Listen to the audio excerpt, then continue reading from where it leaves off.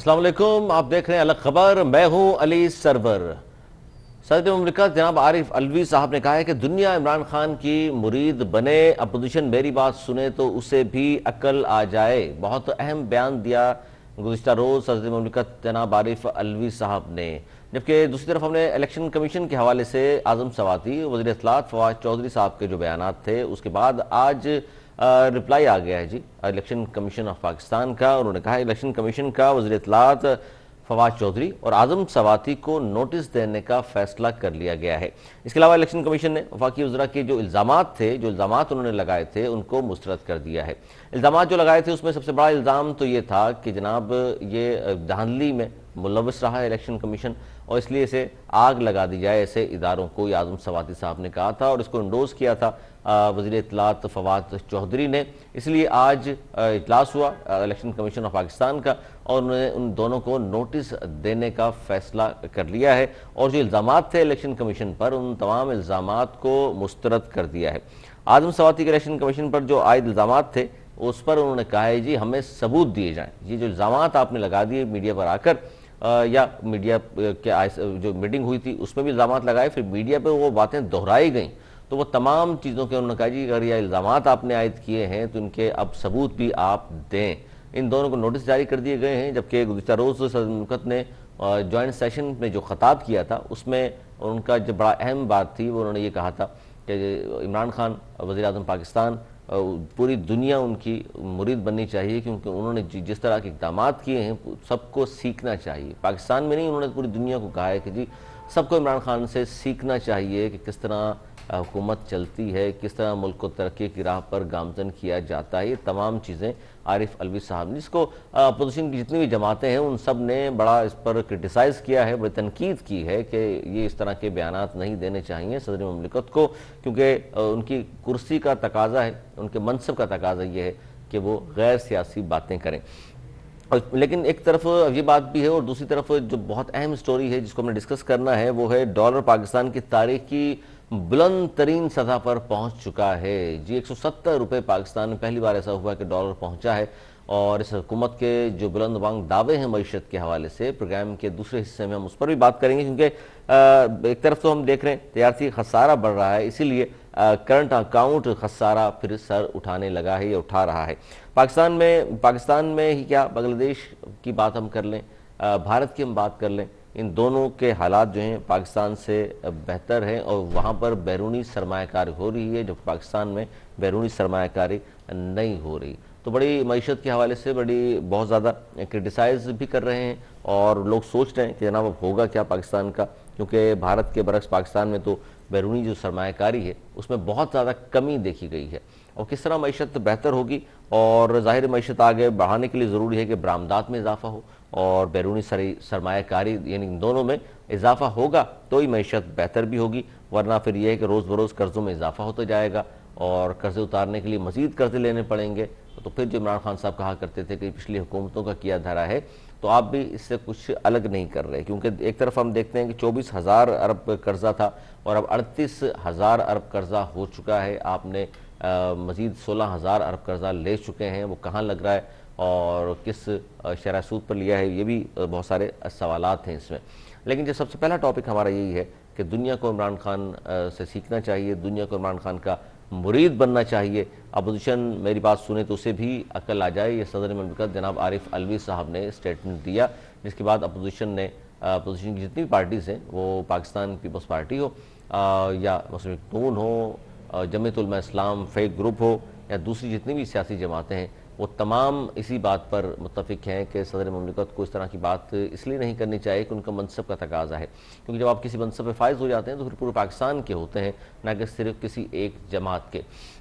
इसमें आज हम प्रोग्राम में बात करेंगे क्योंकि बहुत सारी चीज़ें हैं। जिस तरह मैं बात करूं, अगर ख़ासतौर पर वज़ीर आज़म ने जो दावे किए गए हैं उसमें शुगर माफिया को जिस तरह खुली छूट दी गई है और पहली बार ऐसा हो रहा है कि ज़रिए मुल्क पाकिस्तान और गंदम खरीदनी पड़ रही है, हमें चीनी बाहर से लानी पड़ रही है, फिर ज़ाहिर है उनके जो कीमतें होती हैं फिर वो बहुत ज़्यादा ऊपर चली जाएंगी, क्योंकि 55 रुपये पर छोड़ी थी नून लीग ने चीनी की कीमत और आज वो 110 रुपये पर पहुँच चुकी है।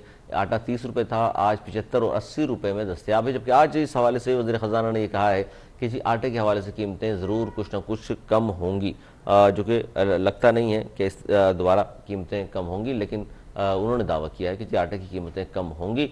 हालांकि गंदम आप पाकिस्तान में जितनी गंदम पैदा होती है उसको हम बाहर, ये गवर्नमेंट ने ये भी फैसला किया था जो कि गलत साबित हुआ बाद में, कि गंदम हमने बेच दी, एक्सपोर्ट कर दी, ख़ासतौर पर अफगानिस्तान में। इस हवाले से हम बात कर रहे हैं, हमारे साथ टेलीफोन लाइन पर मौजूद हैं पीटीआई की सीनियर रहनुमा है, मेंबर नेशनल असम्बली नुसरत वाहिद साहिबा। अस्सलाम वालेकुम। वालेकुम अस्सलाम। नुसरत वाहिद साहिबा, क्या कहेंगी कि सदर ममलिकत ने, आप असम्बली में कल मौजूद थी, उन्होंने खिताब किया और उन्होंने कहा कि दुनिया को इमरान खान का मुरीद बनना चाहिए। इससे मतलब मुरीद, इससे क्या इमरान खान साहब ने काम किया है कि दुनिया को सीखना चाहिए इनसे और इनका मुरीद बनना चाहिए? देखिए, कोई गलत बात नहीं कर रहे हैं प्रेसिडेंट साहब, बिल्कुल सही कह रहे हैं, क्योंकि जो चीजें प्राइम मिनिस्टर ने की हैं वो शायद इससे पहले और इसके बाद भी कोई ना कर सके। सबसे पहले तो एलीट तबके को उस जगह पे लेके आना कि जिसका वो कभी तस्वीर नहीं कर सकते थे, कि उनको पकड़ा जाएगा, उनके ऊपर मुकदमे चलेंगे, उनको कैद किया जाएगा और इस तरह की सारी चीजें। लेकिन वो तो बाहर है नुसरत वाहिद साहिबा, शहबाज शरीफ बाहर, मरियम भी बाहर हैं, नवाज शरीफ साहब बाहर जा चुके हैं, जरदारी साहब भी बाहर हैं, जिन जिन पे मुकदमात थे वो तो सारे जमानतों पर बाहर आ गए। बिल्कुल ठीक कह रहे हैं आप कि वो सारे के सारे बाहर है। उसके बावजूद आपने देखा है कि उन सबको पकड़ा गया, वो सब जेलों में भी गए, तो बेल जरूर उनको दे दिए अदालत ने। जाहिर है अदालत के काम के आगे तो हम कुछ नहीं कह सकते, लेकिन बेल मिल चुकी है, वो बाहर है और किस तरह बाहर गए ये भी आपको पता है और हमें भी पता है। तो इस बारे में मतलब मैं समझती हूँ कि ये वाले वो काम है जो आज से पहले ना किसी ने कभी किए और ना कभी सोच सकते।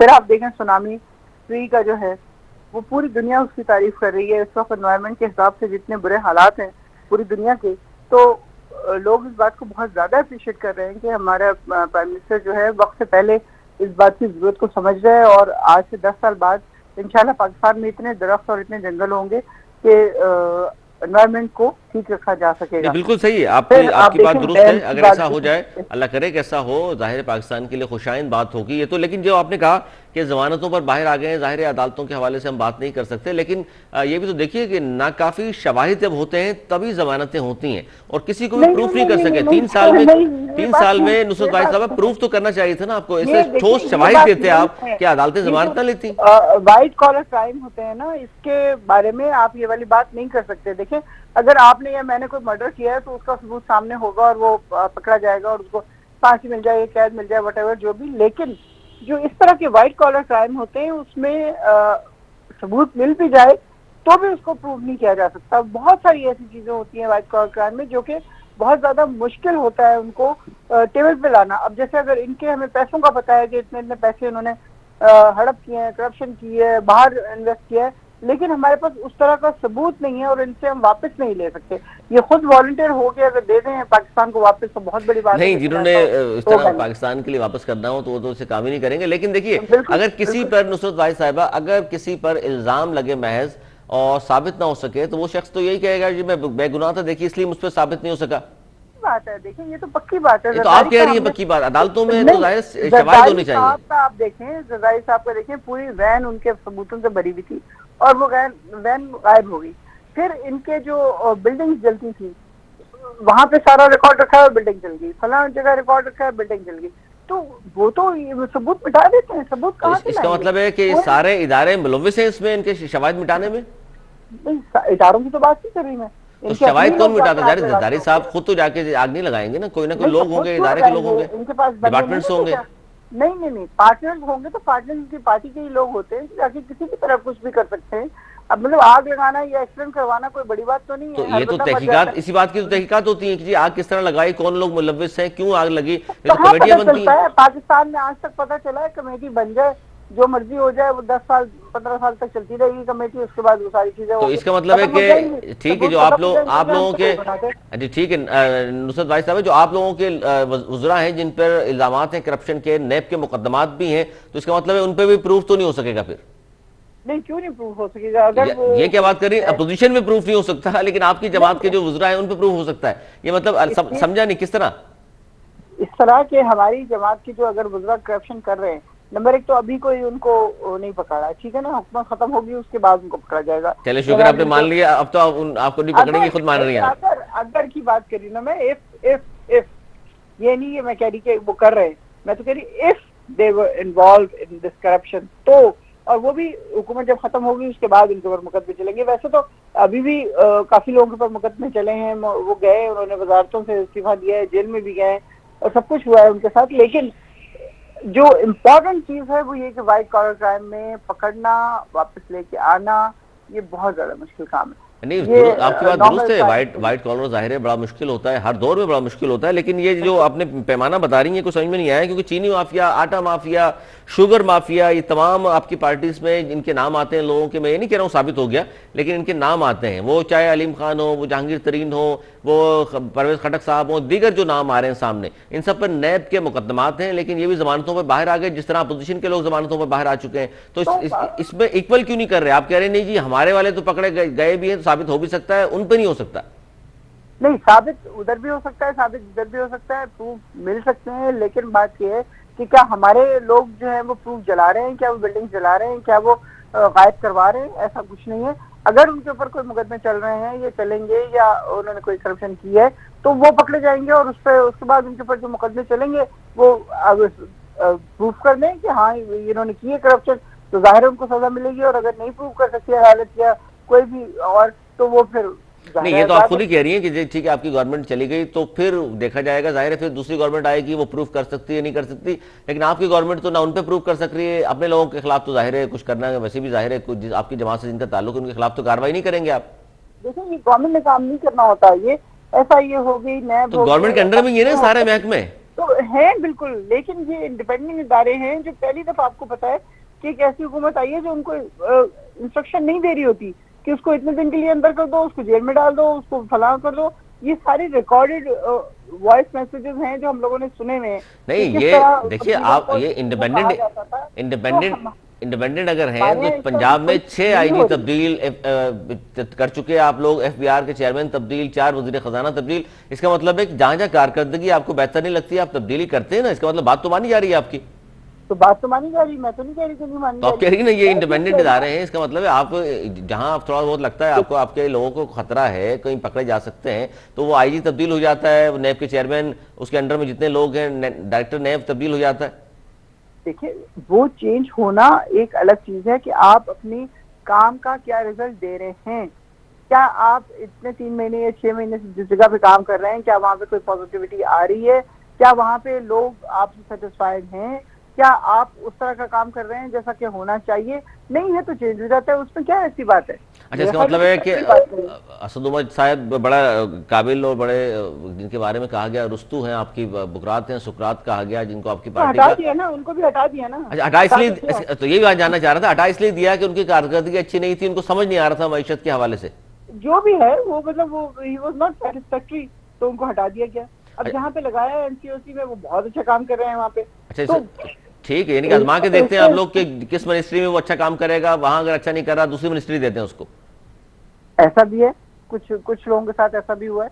अच्छा, ये तो एक इंसान, इसका मतलब जो काबिलियत नहीं है ना, जिस शख्स में काबिलियत नहीं है वो नहीं संभाल सका वजारत खजाना, उसको फिर दूसरी मिनिस्ट्री देके क्या साबित करना चाह रहे हैं? कंपलसेट कर रहे हैं कि यार यहाँ आप कुछ नहीं कर सके, लोगों की नजरें, तो चले दूसरे भी मिनिस्ट्री ले लें, आप इसमें जो मर्जी करते रहे आप।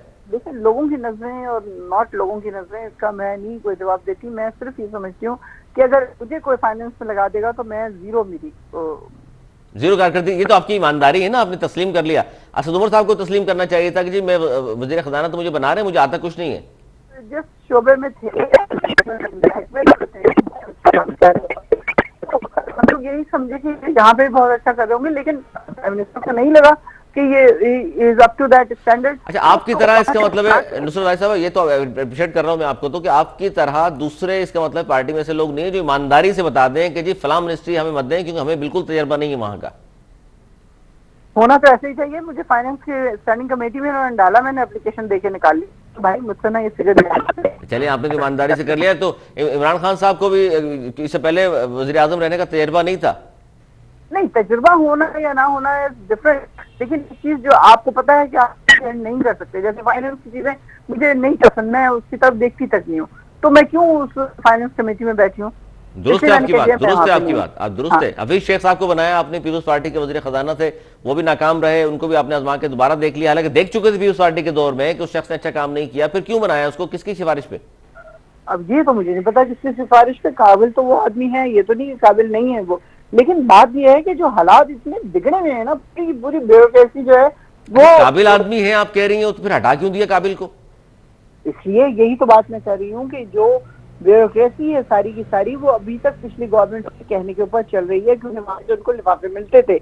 अब जब एक आदमी ईमानदार काम करने आता है तो उसको काम नहीं करना चाहिए। जिस तरह शब्बरजादी ने इंटरव्यू में कहा दुनिया न्यूज के कामरान खान के, कि मेरे लिए हालात इतने मुश्किल कर दिए गए कि मैं नहीं काम कर सका और मैं निकल गया।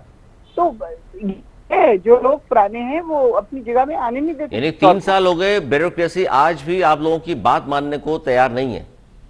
अब तो खैर मेरे ख्याल में काफी चीजें बेहतर हो रही हैं, लेकिन ये पुरानी बात हम कर रहे हैं, तो अभी अभी तो काफी हद तक बेहतरी हो अच्छा, चुकी बेहतरी है। आ गई। अच्छा, हाँ। हमाद अदर साहब आए, उनको भी वो भी आपको लगा कि अच्छे शख्स नहीं है, या काम नहीं जानते, या इतनी जहानत नहीं है उनमें? कौन, किसकी बात कर रहे हैं? हमाद अदर साहब को बनाया गया था तीसरे वजीर खजाना। तो देखिए वो तो बच्चा है अभी। अच्छा, बच्चों की टीम बनाई है इसका मतलब है आप लोगों ने? नहीं, बच्चों की तो टीम टीम नहीं में बच्चों बनाई को तो ना रखे ना, फिर तजर्बेकार लोग लेकर आए। है। तो लेके तो आ रहे हैं ना, बार बार कोशिश तो कर रहे हैं कि कोई ना कोई तो एक्सपीरियंस आदमी आ जाए। बच्चे को खुश तो करने के लिए आपने इतनी बड़ी वजारत दे दी? नहीं, खुश करने की बात नहीं है, वो काबिल है, तो बाहर आप से खुद कह रही पढ़ता हैं बच्चा है, बहुत। उसको तो पता ही नहीं चीजों लेकिन का। फिर भी पता, मैं ये अपनी तरफ से आप लगा रहे हैं कि पता नहीं है उसको। मैं एक तरफ ये कह रही हूँ कि वो अभी यंग है, उसके पास इतना एक्सपीरियंस नहीं है, हो सकता है उसके लिए कुछ मुश्किलात आई हो और उसने खुद ही कह दिया हो कि मुझे हटा दें यहाँ से, ऐसी तो फिर कोई वो नहीं है। बुजदार साहब भी बहुत नए हैं, इससे पहले ना वो वजीर रहे हैं, ना कोई इतनी बड़ा अच्छा, ओहदा आई रहा है। Don't want to comment on Buzdar please. अच्छा, बुजदार पे नहीं करनी चाह रही हैं आप? नहीं, मैं उनको जानती ही नहीं हूँ, मुझे पता ही नहीं है पंजाब के हैं वो, मैं सिंध से नहीं हूँ। जानती तो खान साहब भी बहुत सारे लोगों को नहीं, लेकिन रखा हुआ इन्होंने। तो बस ठीक है, खान साहब की मर्जी। अच्छा, खान साहब की मर्जी। अच्छा, अब होगा क्या इस तरह का चलाया जा रहा है? इमरान खान साहब तो ज़ाहिर है वज़ीर आज़म पाकिस्तान है, पूरा मुल्क देख रहे हैं, और हम देख रहे हैं कि जी मईशत का चले जो भी हाल है उस पर एक तरफ रख देते हैं, लेकिन सियासी हवाले से अपोजिशन बड़ी इस वक्त सरगर्म है दोबारा, और उन सबका कहना यह है कि जी आप लोगों को गवर्नमेंट इसलिए छोड़ देनी चाहिए कि आप लोगों ने कोई भी इस तरह के अब तक काम नहीं किए जिसकी वजह से मुल्क आगे की तरफ जाए। जी बिल्कुल, हमने कोई इस तरह के काम नहीं किए, क्योंकि हम पैसे कमा के बाहर नहीं ले गए, हमारी जायदादें नहीं बन गई, हमारी महल नहीं बन गए, हम मनी लॉन्ड्रिंग नहीं कर रहे, हम कुछ और इस तरह के काम नहीं कर रहे। आपका प्राइम मिनिस्टर अपने बेटों को नहीं लेके आ रहा। नहीं, ये बात तो दुरुस्त है, इमरान खान साहब के बेटे की वीडियो भी आई थी कि वो जाहिर है प्रोटोकॉल नहीं ले रहे दूसरे मुल्क में, हालांकि दूसरे साबिक वज़ीर आज़म है, उनके तो प्रोटोकॉल और बड़े शहाना अंदाज है वहाँ। बिल्कुल, तो मतलब हम बाकी वो वाले काम नहीं कर रहे जो उन्होंने किए हैं, लेकिन जो बात सही है वो तो कही जाएगी। अच्छा, इसमें थोड़ा मुल्क की तरक्की में है, देखिए जो मुल्क की तरक्की के लिए काम हो रहा है, 10 सालों में 10 डैम बनाए जा रहे हैं। आपको पता है 1960 के बाद डैम नहीं बने इस मुल्क में, इन लोगों ने कभी सोचा ही नहीं। कराची का हाल क्या कर दिया, मेट्रोपॉलिटन सिटी दुरुस्त है आपकी बात, दुरुस्त है। ज्यादा इकोनॉमी को सपोर्ट कर रहा है, उसकी हालत देखें, कचरे का ढेर बना दिया है, रोशनियों के शहर को। तो आप लोग कुछ करें ना, आप वज़ीर आज़म इमरान खान साहब को। हम करना चाहते हैं, लेकिन ये हमें करने नहीं देते। आप यकीन कीजिए, नालों की सफाई हुई है, 3 नालों की सफाई जिसकी वजह से कराची डूबने से बच गया, वो सिर्फ हम लोगों ने जबरदस्ती करवाया है वो सफाई। ये तो सिर्फ बातें बनाते हैं, इनके अलावा इससे इनका कोई काम नहीं है। तो बड़ा प्रोजेक्ट शुरू करें ना, कोई मेट्रो बनाएं आप लोग भी कराची में, कोई ऑरेंज ट्रेन लेकर आए, वफाक तो कर सकता है। हाँ, ऑरेंज ट्रेन ले आए ताकि वो पूरे बजट के ऊपर हावी हो जाए। आपको पता है कि रोजाना उसको कितना हमें सूद देना पड़ता है, और मेट्रो में भी सूद देना पड़ रहा है, तो मेट्रो फिर बंद करेंगे आप लोग? देखिए, बंद तो करने का मतलब ये है कि उसको वहां भी सब्सिडी देनी पड़ रही है आपको मेट्रो में भी, आपको मालूम है कि कितना नुकसान हो रहा है? बिल्कुल हो रहा है नुकसान, हर जगह नुकसान हो रहा है, क्योंकि पाकिस्तान अभी मुतमिल नहीं था इन चीजों के। देखिए, बेसिक चीज जो होती है वो इंसान की जरूरियात पूरा करना होता है। पहले आप उन्हें खाने पीने को दें, रहने को दें, एजुकेशन दें, सेहत दें, उसके बाद आप सड़कें और पुल और फला फला बनाना शुरू करें। यहाँ पे कोरोना में आपने देखा कि वो लोग सड़कें खाते या पत्थर खाते। इन लोगों ने कुछ नहीं किया आवाम के लिए, सिर्फ अपनी पॉकेट भरने के लिए बेइंतहा बड़े बड़े। ठीक है, सिंध में तो ये बात आपकी, सिंध में तो आपकी बात दुरुस्त है, लेकिन ओवरऑल जाहिर है हुकूमत आपकी है, तो लोग तो आपकी तरफ देख रहे हैं कि जो ऑरेंज ट्रेन किसके खुशी में बनी थी, मुझे बताइए। अच्छा, ऑरेंज ट्रेन पे तो जाहिर पैसा कमाया गया होगा यकीनन, जिस तरह मेट्रो में कमाया गया, और आप लोगों ने भी जाहिर है 25 अरब की ट्रेन बनानी थी, 106 अरब में बनाई है। वो तो, और डॉलर की कीमत ऊपर बढ़ती जाएगी तो ना बढ़ने दें डॉलर को, आज भी डॉलर तो 170 पहुंच गया, नीचे लाने के बजाय ऊपर जा रहा है। कैसे ना करते। जब आप आर्टिफिशियली रुपया छाप के उसको एक जगह पे रखेंगे और जब उस रुपए को छोड़ेंगे तो फिर ऐसे ही होगा। फिर कोरोना आया, जो सबसे इम्पोर्टेंट बात है, पूरी दुनिया की इकोनॉमी जो है तो बर्बाद होकर रहेगी। इंडिया जो है नहीं, लेकिन -13 इंडिया पाकिस्तान से, इंडिया बांग्लादेश दोनों अच्छे हैं। खैर इस पे ये तो टॉपिक नहीं है। अच्छा ये बताइए, इलेक्शन कमीशन के हवाले से आज इलेक्शन कमीशन ने नोटिस दे दिया आजम सवाती को और वज़ीर इत्तलात फवाद चौधरी साहब को भी। तो इलेक्शन कमीशन से क्या ऐसी बात है कि इलेक्शन कमीशन को आपके वज़रा धमकियां दे रहे हैं? इलेक्शन कमीशन, देखिए इलेक्शन कमीशन जो है ना, ये हमें बहुत ज्यादा इसके ऊपर इतराजात इसलिए हुए कि जो बाय इलेक्शन हुए उसमें कई जगह पे ऐसा लगा कि जैसे दे आर फेवरिंग देम। जैसे डस्का का था, डस्का के ऊपर इल्जाम हमारे ऊपर लगा, लेकिन अदरवाइज वो नून लीग करवा रही थी सारा कुछ। और इसी तरह और भी बहुत सारी चीजें हुई और जिससे हमें एहसास ऐसा हुआ कि ये उन्हीं को सपोर्ट कर रहे हैं। और वैसे भी जब ये लोग चेयरमैन लेके आ रहे थे तो मैं इस पे अपनी हुकूमत की गलती कहूंगी कि इन्होंने उसकी पूरा गूगल पे जाके देखा क्यों नहीं कि वो कौन है और कहाँ से बिलोंग करता है और कितना उसका नून लीग के साथ। हुकूमत का पैमाना ये है कि गूगल पे जाके सर्च करे और पहले देख ले कि ये लोग करे, हैं कौन। बिल्कुल करे, हाँ बिल्कुल। और क्या, ऐसे थोड़ी किसी को रख लेते हैं, पहले पता तो करेंगे हैं कौन। अच्छा है कौन? अब जाहिर है जो जिस तरह की उनकी बात हो रही है तो आपके वुज़रा ने भी तो कम नहीं किया और जलाने तक की बात की, जैसे इदारे को दिला देना चाहिए।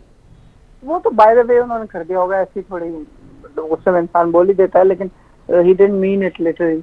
अच्छा जाते जाते ये बताएंगे, मुझे ब्रेक पे भी जाना है कि अब आप चूंकि वहाँ तमाम चीज़ों को बड़े करीब से देख रही हैं, कुछ इस तरह के फैसले होने लगे हैं, कुछ इस तरह की इत्तलात हैं आपके पास कि कुछ बेहतरी आएगी और इंशाल्लाह अगले जो 2 साल रह गए आपकी हुकूमत के, इसमें लोगों के काम होंगे?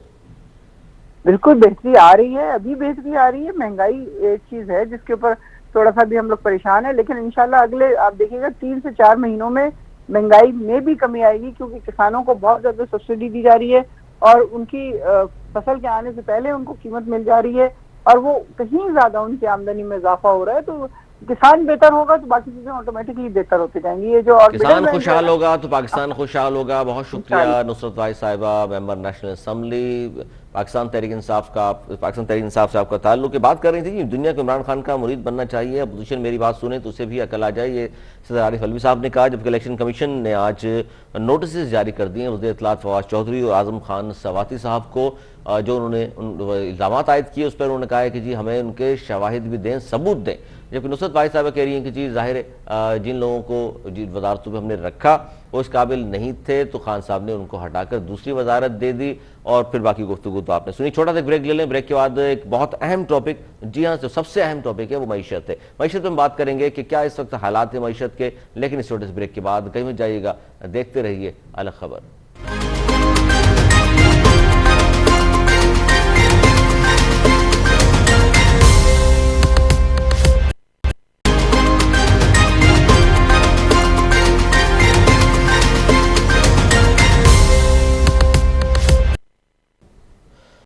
प्रोग्राम में एक बार फिर खुशामदीद। मईशत के हवाले से हम बात कर रहे हैं जी। तजारती खसारा बढ़ रहा है, इसीलिए करंट अकाउंट खसारा फिर सर उठा रहा है। पाकिस्तान में ही नहीं, बांग्लादेश की तरह बरामदात में इजाफा बांग्लादेश में हुआ है, पाकिस्तान में इजाफा नहीं हुआ। और इसी तरह भारत की में भी इजाफा हुआ है। जबकि बैरूनी सरमायाकारी की बात करूं तो बांग्लादेश और भारत में इजाफा हुआ, पाकिस्तान में कमी देखी गई है बैरूनी सरमायाकारी के हवाले से। अब भारत के बरक्स पाकिस्तान में क्यों बैरूनी सरमायाकारी में कमी देखी गई है, ये भी बड़ी अहम बात है, इस पर हम बात करेंगे। इसके अलावा बिजली गैस के गर्दिशी कर्जे मुआशी वबाल जान बने हुए हैं इस हुकूमत के लिए, और महंगाई और तजारती खसारा भी मुसलसल बढ़ रहा है। इस पर भी हुकूमत को सोचना चाहिए और गौर व फिक्र करना चाहिए। जिस तरह PTI के जितने भी लोग हैं वो कहते हैं जी बहुत ज़्यादा इस पर काम हो रहा है। वज़ीर ख़जाना शौकत तरीन साहब भी इस वक्त मौजूद हैं और वो कहते हैं कि जी जिस तरह आज उन्होंने प्रेस कॉन्फ्रेंस की और कहा कि आटे की कीमतों में मुसलसल कमी आप देखने को मिलेगी। जबकि आज ही की बहुत अहम खबर है कि पेट्रोलियम मसनूआत की कीमतों में भी एक बार फिर इजाफे का इम्कान है। और डॉलर, जिस पे सबसे अहम हम बात करने लगे हैं आज, डॉलर से वाबस्ता बहुत सारी चीज़ें जो फौरी तौर पे महंगी हो जाती हैं। पाकिस्तान की तारीख में रिकॉर्ड इजाफा हुआ है डॉलर में। जी हाँ, आज डॉलर पहुंच चुका है 170 पर। जब हम ये प्रोग्राम कर रहे हैं 170 पर डॉलर पहुंच चुका है। अब अंदाजा लगा लीजिए महंगाई कहाँ पहुंचेगी।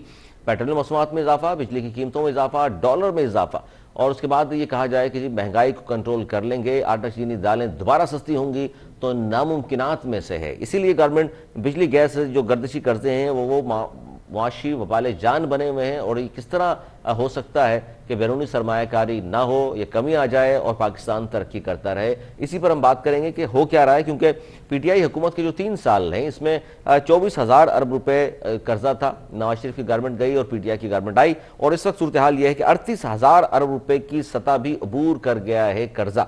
और जाहिर 3 सालों में इतना ज़्यादा कर्ज ले चुकी है ये हुकूमत, किस तरह वापस होगा और शरह सूद क्या है, ये भी एक बहुत बड़ा सवालिया निशान है। और सरकारी ख़जाने के सियासी इस्तेमाल पर भी लोग तनकीद कर रहे हैं और इस पर आज कमेटी भी बनाई गई है जो पता करेगी सरकारी जो ख़जाना है उस पर सियासी इस्तेमाल कहाँ कहाँ हो रहा है, कहाँ कहाँ पैसा खर्च कर रहा है। लेकिन इस वक्त जो मईशत की सूरत हाल है, क्योंकि मईशत आगे बढ़ने के लिए ज़रूरी है कि बरामदाद और बैरूनी सरमायाकारी में दोनों में इजाफा हो, वरना पाकिस्तान पर कर्जे में मजीद इजाफा हो जाएगा। बड़ी अहम सिचुएशन है और इस गवर्नमेंट को सबसे ज़्यादा जिस सूरत हाल का वास्ता पड़ा इन 3 सालों में वो मईशत थी। मईशत की बात हमने देखा कि मईशत की अगर बात करते हैं पीटीआई के हवाले से तो उन्होंने फौरी तौर पर कहते हैं कि जी कोरोना की सूरत हाल देख लीजिए आप, पूरी दुनिया को यूँ तो कोरोना ने मुतासिर किया है, लेकिन इतना भी मुतासिर नहीं किया क्योंकि बांग्लादेश और भारत में बैरूनी सरमायाकारी भी हो रही है और वहाँ पर हम देख रहे हैं कि बरामदात भी बढ़ रही है। गो के एनर्जी सेक्टर पाकिस्तान में अगर मैं बात करूँ तो उसमें भी काम नहीं हुआ, बहुत ज़्यादा काम की ज़रूरत है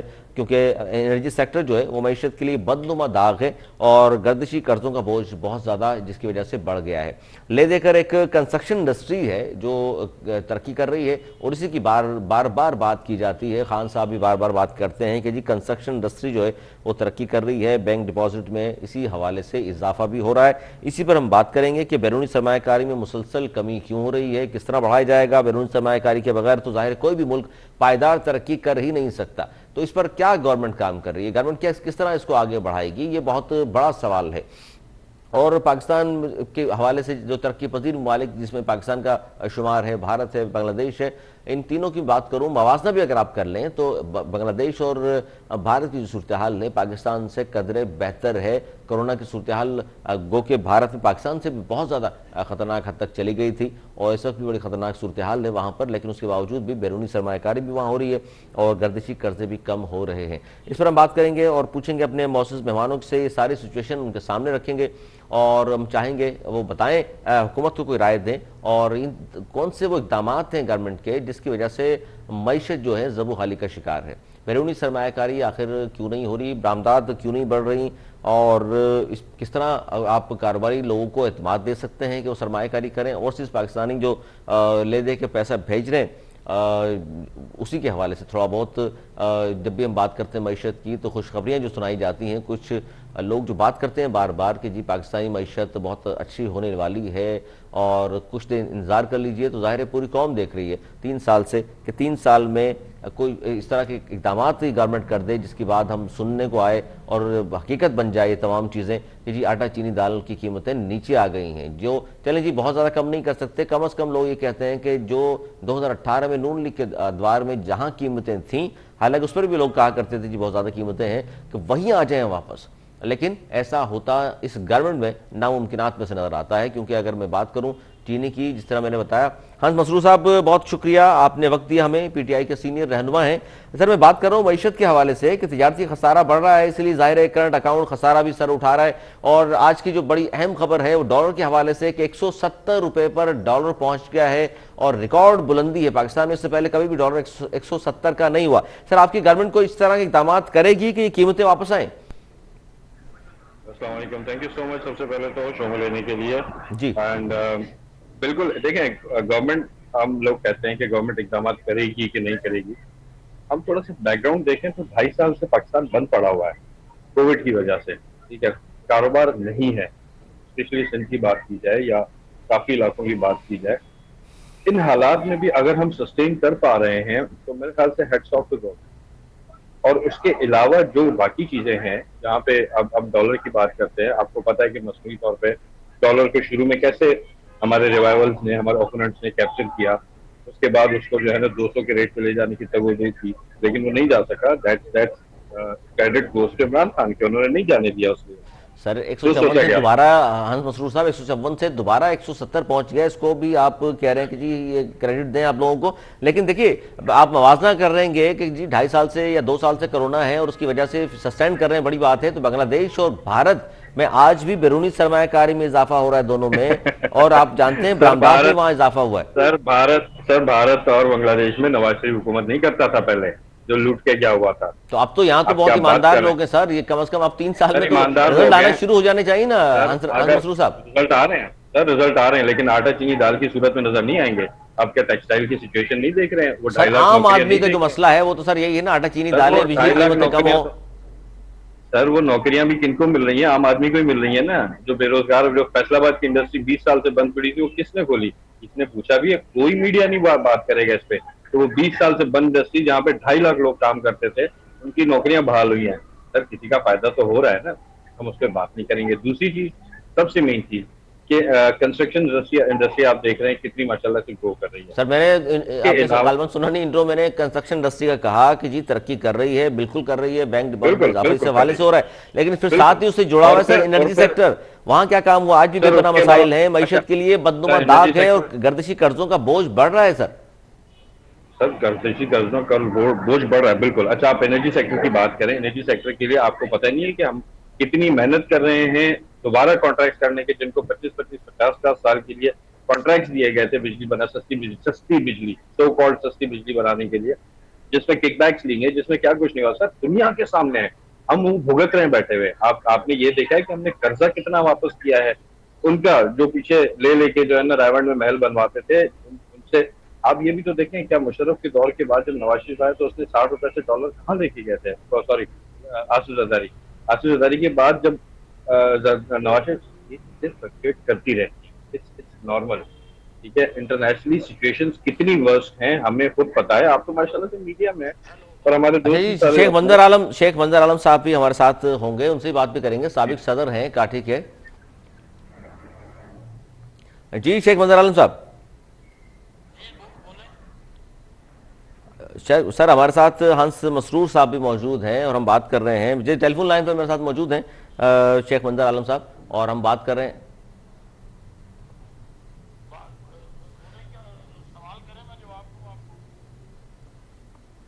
ठीक है, अच्छा अच्छा जी शेख मंजर आलम साहब, आपसे भी इसी हवाले से बात करूंगा, लेकिन पहले रहनुमा पीटीआई हंस मसरूर साहब भी हैं, उनसे मैं बात कर रहा हूं। अच्छा, इस पे देखिए हंस मसरूर साहब, आपने जिस तरह खुद कहा कंस्ट्रक्शन हवाले से तो हम खुद तस्लीम कर रहे हैं, पूरा पाकिस्तान जाहिर है जहां जहां अच्छा काम हो रहा है उसको तो तस्लीम हर शख्स करेगा, लेकिन इस तरह जब कीमतें ऊपर जाएंगी, आटा चीनी दाल की, चल आपने कहा जी ये तो खैर बहुत मुश्किल है जब वापस आ जाए, डॉलर को सर जब तक आप सस्टेन नहीं करेंगे, जगह रोकेंगे नहीं, तो इससे जुड़ी बहुत सारी चीजें हैं जो महंगी हो जाती हैं फौरी तौर पर। बिल्कुल, I agree with you, but एक चीज और आपको बता दूं, आटा और चीनी सबसे महंगा सिंध में है, सबसे महंगा। ठीक है, 5 से 10 रुपए का डिफरेंस है, आपने देखा है कभी? सबसे महंगा। और यहाँ पे कौन कंट्रोल करेगा? मुराद अली शाह साहब क्या तकिया रख के बैठे रहेंगे कि नहीं? जी, काटी के भाई हमारे साथ मौजूद हैं, आप इनसे पूछें। जी जी, यहाँ मैं आपकी बात जी बिल्कुल सिंध सुन में रहे हैं। शेख मंजर आलम साहब बहुत शुक्रिया, आपने वक्त दिया कि आप सदर काटी के माशाल्लाह रहे हैं। तो अब इस वक्त जो मईशत है सर, मैं ये कह रहा हूँ कि पाकिस्तान में तैयार खसारा बढ़ रहा है, इसीलिए करंट अकाउंट खसारा भी सर उठा रहा है। और सबसे बड़ी खबर जो मैंने आज दी, हंस मसरूर साहब भी मौजूद हैं पीटीआई के, डॉलर 170 पे पहुंच गया सर। ये सर हो सकता है कि वापस आए, क्योंकि पीटीआई वालों का ये कहना है कि 2.5 साल से चूंकि कोरोना है तो इसलिए ये बड़ी बात है कि सस्टेन भी कर पा रहे हैं हम। जी सर, जी शेख साहब,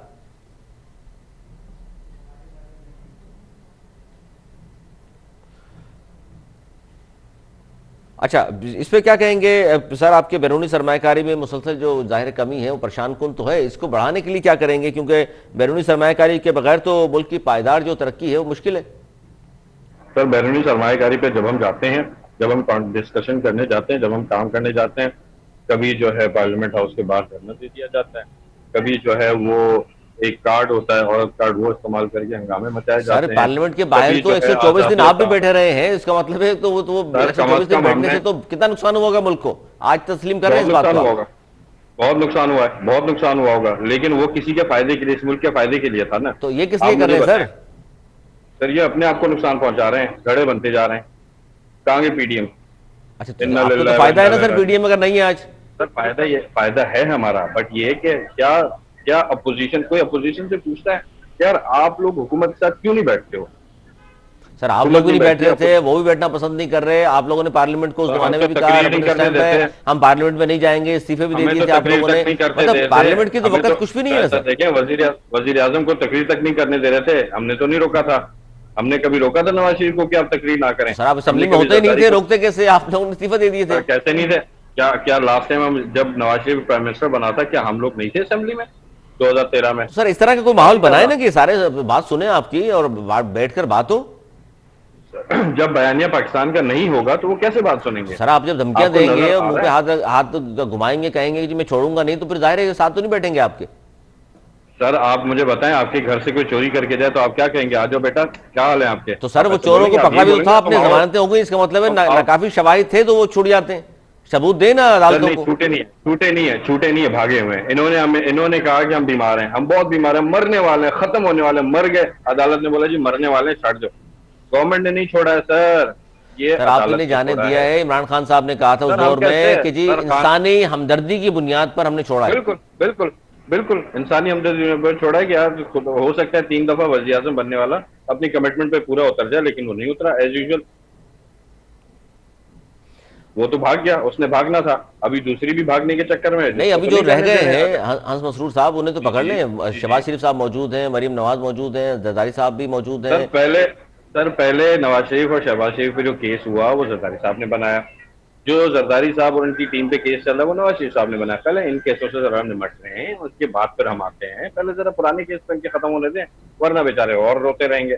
आज जो केसेस जितने भी चल रहे हैं वो इन्होंने आपस में एक दूसरे पे बनाए थे बदले लेने के लिए, अभी उसी पे चलने दें उनको। हम अभी बनाएंगे केसेस, अभी बनने। अच्छा अभी आप मजीद केसेस बनाएंगे तो फिर सर ये तो इस तरफ तवज्जो कब होगी आपकी मईशत के हवाले से? सर अब तो मईशत की हम तो केसेस की तरफ देख ही नहीं रहे, हम तो मईशत की तरफ देख रहे हैं। हमने अगर केसेस की तरफ, बदलों की तरफ देखना होता तो हम तो अपने केसेस बना के बैठे होते। 6000 केसेस और बनते हैं इनके ऊपर, दहशतगर्दी के बनते हैं, क्या क्या नहीं बनते हैं। लेकिन अभी पहले आपस में कानून के मुताबिक तो सर जो भी गलत काम है उस पर तो जाहिर कार्रवाई होनी चाहिए, इस पर तो कोई दो राय नहीं है। लेकिन मैं तो ये कह रहा हूँ कि मीडिया क्या करता है जी, मीडिया क्या करता है, आपकी बात नहीं कर रहा हूँ, लेकिन कुछ सेलेक्टेड मीडिया जो है वो क्या करता है, वो फिर रोना धोना शुरू कर देता है, प्रेशर गेम शुरू कर देता है। अब जब एक कानून आ रहा है, आप देखें, आप एंकर हैं, आपको पता है इस कानून में जो मीडिया के लिए आ रहा है इसमें आपका कितना फायदा है? सर ये एक अलग टॉपिक है हंस मसरूर साहब, मैं ठीक है उस पर भी इंशाल्लाह किसी प्रोग्राम में आपको इजाजत देंगे, उसमें बात भी करेंगे। लेकिन मैं चाह रहा हूं कि आज हम बात कर रहे हैं मईशत के हवाले से, तो इस पर कुछ लोगों को मुतमईन करें आप लोग। तजारती खसारा क्यों बढ़ रहा है, किस तरह कमी बैरूनी सरमायाकारी में हो गई है, इजाफा किस तरह होगा, लोगों को मजीद रोजगार किस तरह मिलेगा, ये तमाम चीजें, और कमी किस तरह होगी, महंगाई किस तरह कम होगी। मैं आपको राइटिंग में देने को तैयार हूँ, just wait for 1 more year। हम इस वक्त जिस लेवल पे खड़े हैं इस अफगानिस्तान वॉर के एंड होने के बाद, हम इस वक्त दुनिया में सुरखरू तरीन मुल्क में से, जो वाहिद मुल्क था जिसने अमेरिका को मना किया था कि, मतलब जो इस वक्त गवर्नमेंट है उसने मना किया था कि ये जंग ना करो, बाकी ने तो पैसे लिए थे। आज हम सुरखरू खड़े हुए हैं कि हम झुक के जो है ना किसी की खिदमत के लिए नहीं खड़े हुए। और इस वक्त सारे ममालिक, आप डेली बेसिस पे देख रहे हैं कि हमारे जो शाह महमूद कुरैशी साहब वो कितने स्टक चल रहे हैं, कितने बिजी चल रहे हैं।